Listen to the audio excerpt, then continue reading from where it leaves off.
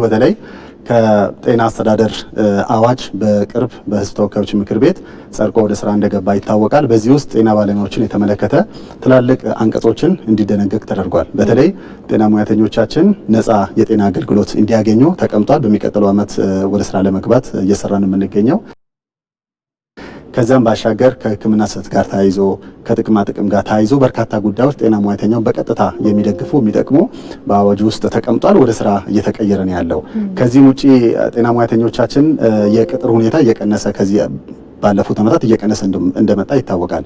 ይህን ለመፍታት ተጨማሪ በጀቶችን በማፈላለግ በርካታ ሙያተኞችን ጤና ሚኒስቴር እየቀጠረ ነው ያለው። በክልልም እንደዚሁ መሻሻሎች አሉ። ሌሎችም ክፍተቶችን እና ችግሮችን ለመቅረፍ በሰፊው በሚቀጥሉት ጊዜያት በጤና ሚኒስቴር ውስጥ የተያዘው የጤና ሴክተር ሪፎርም ሰፋፊ ጉዳዮችን ያስቀምጥ እንደሆነ ይታወቃል።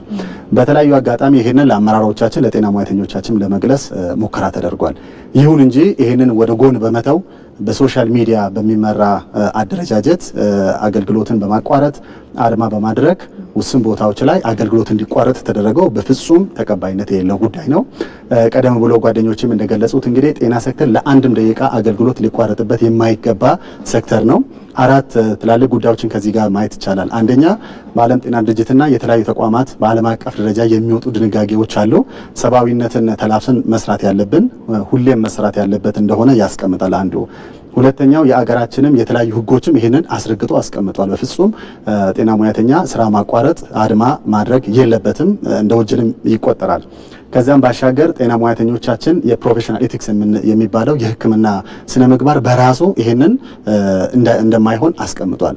በመጨረሻው ግን የቃለ ምህላ ወይም ደግሞ እጃቸውን አንስቶ እኔም ጤና ባለሙያ ስለሆንኩኝ እጃችንን አንስተን በየትኛውም ሁኔታ ውስጥ ታካሚዎቻችን እናገለግለን ብለን ቃል ገብተን ወጥተናል። እነዚህን ጉዳዮች ወደ ጎን በመተው የተወሰኑ ውስን ቦታዎች ላይ ዛሬ ጠዋት በተለይ ያየናቸው አሉ።